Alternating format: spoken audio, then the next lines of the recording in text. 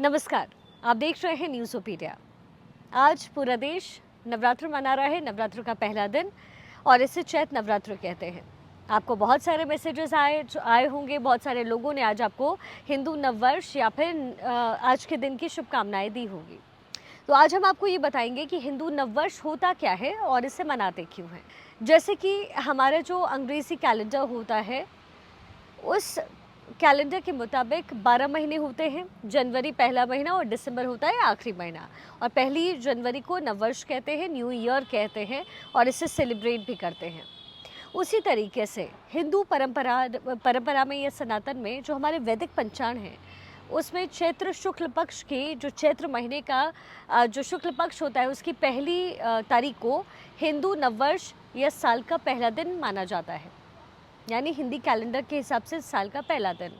और इसी चैत्र शुक्ल प्रतिपदा को ही हिंदुस्तान में इसको मान करके काल गणना की जाती है, या जो गणित होते हैं वो इसके हिसाब से होते हैं।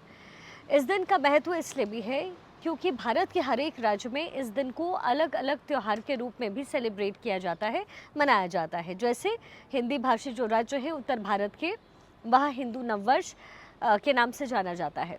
तो वहीं महाराष्ट्र में इसे गुड़ी पाड़वा बोलते हैं। आंध्र प्रदेश, तेलंगाना और कर्नाटक में इसे उड़ादी बोलते हैं। जम्मू कश्मीर में आज साल के इस पहले दिन को नवरेह बोला जाता है। और मणिपुर और नॉर्थ ईस्ट के कई राज्यों में भी हिंदू साल के पहले दिन को त्यौहार के तौर पर मनाते हैं। अब इसके पीछे पौराणिक एक कहानी भी है, और पौराणिक और वैज्ञानिक दोनों पहलू हैं, दोनों आपको बताऊंगी। पौराणिक कहानी ये है कि माना जाता है कि जब ब्रह्मा जी ने सृष्टि की रचना की, जब पृथ्वी का निर्माण किया, तो आज की तारीख को, यानी चैत्र महीना शुक्ल पक्ष और उसकी पहली तिथि प्रतिपदा, जिसे पहली तिथि कहते हैं, उसी दिन को ब्रह्मा जी ने पृथ्वी की रचना की, और इसी दिन से पृथ्वी का संचालन और सृष्टि का संचालन शुरू हुआ। इसलिए जो सनातन मानते हैं वो इसे हिंदू नववर्ष मानते हैं। अब वैज्ञानिक पहलू आप समझिए। कहते हैं कि इस दिन की शुरुआत, इसको मनाने की शुरुआत उज्जैन के जो सम्राट थे, महान सम्राट विक्रमादित्य, उनके कार्यकाल में भी, और इसलिए भारतीय नववर्ष के रूप में जाना ही जाता है, साथ ही विक्रम संवत के नाम से जाना जाता है। दरअसल राजा विक्रमादित्य के दरबार में वराह मिहिर नाम के बहुत प्रसिद्ध एक खगोल शास्त्री थे।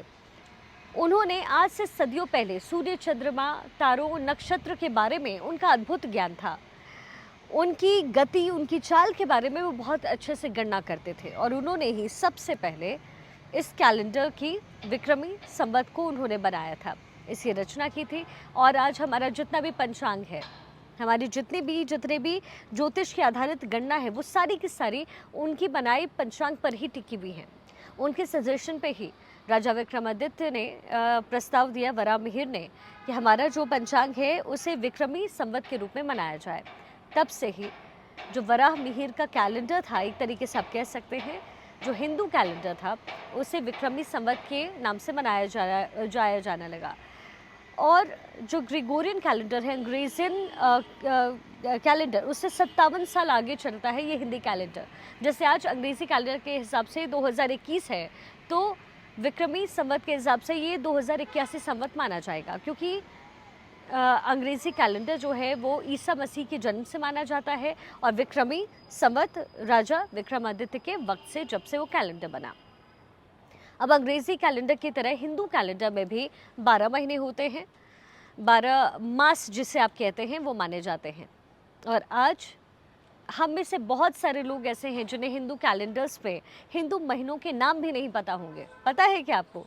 हिंदू कैलेंडर के जो 12 महीने हैं वो एक एक करके मैं आपको बताती हूँ। पहला महीना चैत्र, दूसरा है वैशाख, तीसरा महीना ज्येष्ठ, चौथा महीना है आषाढ़, पांचवा महीना है श्रावण का, छठा है भाद्रपद जिसे भादो भी कहते हैं, सातवां महीना है आश्विन, आठवां महीना है कार्तिक, नौवां महीना है मार्गशीर्ष, और 10वां महीना है पौष का जिसे पूस कहते हैं, 11वां महीना है माघ, और 12वां महीना है फाल्गुन। यानी हिंदी कैलेंडर में पहला महीना चैत्र है और आखिरी महीना है फागुन या फाल्गुन। अब जैसे अंग्रेज़ी कैलेंडर में 30 दिन होते हैं एक महीने में आमतौर पर, वैसे ही हिंदी कैलेंडर में भी एक महीने में 30 दिन होते हैं, लेकिन यहाँ जो तारीख है इसकी गणना थोड़ी अलग होती है। यानी जैसे अंग्रेजी कैलेंडर में तारीख 1 से लेकर के 30 तक होती है, हिंदी कैलेंडर में वो तारीख सिर्फ 15 दिन की होती है और इनको दो पक्षों में बांटा गया है। यानी जो महीना है 30 दिन का हिंदू कैलेंडर में, उसके दो पक्ष होते हैं, 15-15 दिन के दो डिवीजन, जिसे पखवाड़ा कहते हैं। पहला पक्ष होता है, एक पक्ष को शुक्ल पक्ष, दूसरा बचे हुए 15 दिन के पक्ष को कृष्ण पक्ष कहते हैं और इसी के हिसाब से तिथियां बनती हैं। अब ये पक्ष कैसे तय होते हैं, आपके जहन में सवाल होगा। इसको चंद्रमा के घटने और बढ़ने के हिसाब से तय किया गया है, क्योंकि हमारा जो पंचांग है वो मूलतः चंद्र पंचांग है, चांद का पंचांग है। यानी चूँकि धरती के ज़्यादा करीब चंद्रमा है, इसलिए उसकी चाल का व्यवहार का धरती पर असर पड़ता है और बहुत ज़्यादा, और इसलिए ऐसी गणना होती है। तो ये हिंदी कैलेंडर से जुड़ी हुई इन्फॉर्मेशन है। आप सबको हिंदी कैलेंडर के मुताबिक नववर्ष की बहुत बहुत शुभकामनाएं। आप इस दिन को सेलिब्रेट कीजिए और कहते हैं ना कि हम हमेशा एक नए समय का इंतजार करते हैं। आप सब न्यू ईयर में कोई रेजोल्यूशन लेते होंगे ना, है ना? मैं भी लेती हूँ, कई बार रेजोल्यूशन पूरा भी करती हूँ, कई बार बीच में छोड़ भी देती हूँ, लेकिन रेजोल्यूशन का मतलब होता है पूरा करना। यानी आज अगर नववर्ष है, नया दिन है, तो आज आप एक रेजोल्यूशन लीजिए, जो भी आपका दिल करे, और उसे पूरा कीजिए। वैसे हर दिन ही नया होना चाहिए, लेकिन फिर भी हिंदी नववर्ष की आपको बहुत बहुत शुभकामनाएं।